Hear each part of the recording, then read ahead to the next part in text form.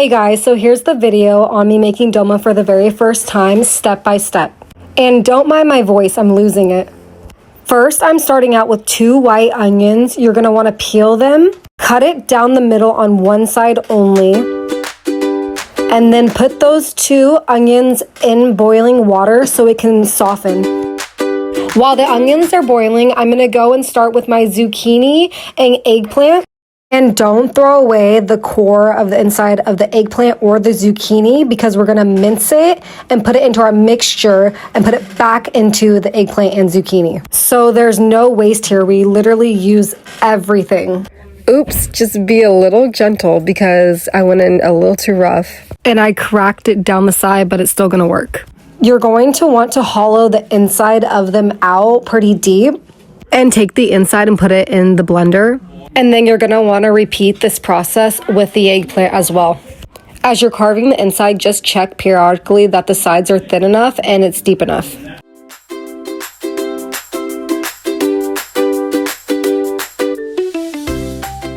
This recipe that I'm making right now is for a large pot of dolma, so if you're gonna make a small one, cut everything in half.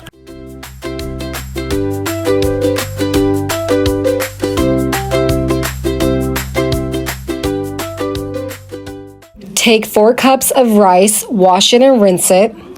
And then I'm pouring in 1 onion minced, 1 bunch of parsley minced,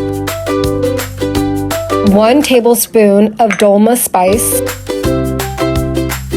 1 green bell pepper minced, 2 heads of garlic minced, 1 tomato minced, and then 2 pounds of ground beef,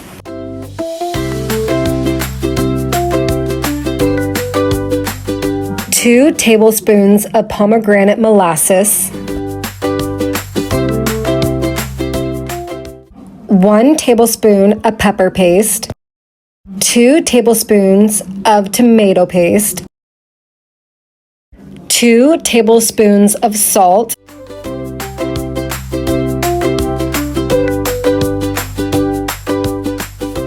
and 1/2 tablespoon of black pepper. Then you're gonna wanna take that mixture of the eggplant and the zucchini that you minced up and pour that into the bowl as well. I literally almost forgot this step. Then grab yourself a glove and start mixing all that really good all together. If you could literally smell this through the phone, it smells so good. I already wanna eat it. Once you're done mixing that mixture really good, go grab your onion out of the boiling water. Make sure it's soft enough to rip off easily, and then place it with all your other stuff that you're gonna stuff. I probably should have waited till it cooled down because it was really steaming hot. It came right out that boiling water.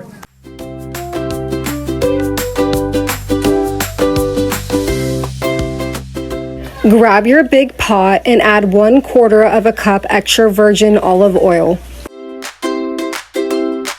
And then you're gonna wanna grab your grape leaves and spread them evenly on the bottom as just like a layer. These grape leaves are so sticky, they stick together. It's so annoying to pull them apart, but yeah, just do 1 straight layer on the bottom.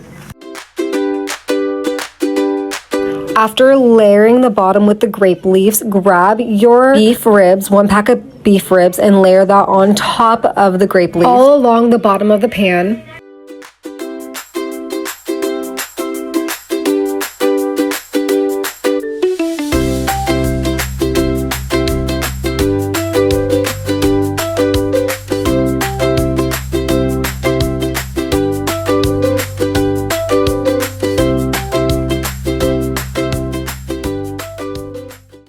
And now comes the tedious part. You gotta stuff and roll everything.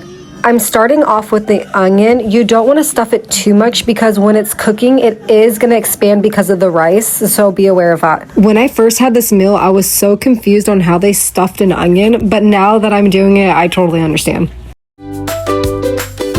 And I'm also using these non-spicy peppers. They're so delicious. They're like one of my favorites besides the grape leaves.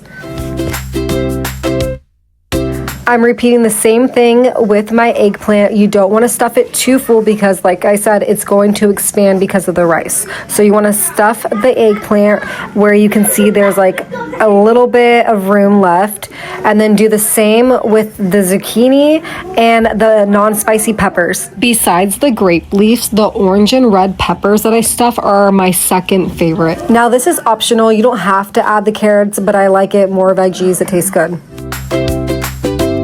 This is also optional. It's Swiss chard, but it's really good. I would recommend putting this in there as well, but it's optional.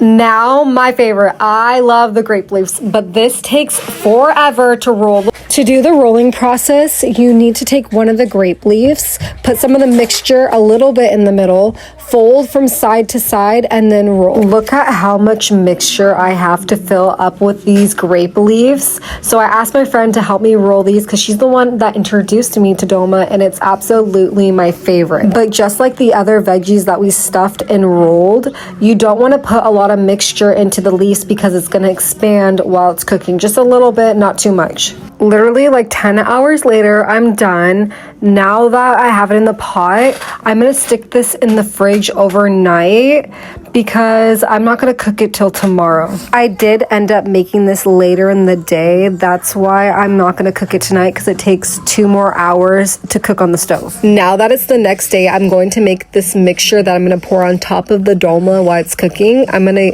get 2 tablespoons of tomato paste, 1 teaspoon of citric acid, and also 1 big pinch of salt. Now grab some boiling water and fill it up halfway of the bowl and mix it all together till it dissolves. Now before putting the mixture on top of the dolma, you're going to want to use this plate or any flat plate, because if you don't, the grape leaves will open up and expand, so you have to have a plate. And then you're going to pour boiling water just until you see it on the side of the dolma. Not too much. You want to leave a gap because it will boil over while it's boiling. Now put it on high heat for 20 to 30 minutes until it starts boiling. And this is what I was talking about, not putting too much water because it's going to over boil. You want to just put as much as I told you, because see, it's already almost boiling over. And then you can lower the temperature to like low, medium, and set it for another hour and 30 minutes, and then your dinner is done. Your dolma is complete. So yummy. I cannot wait to eat this, but first we gotta dump it and enjoy.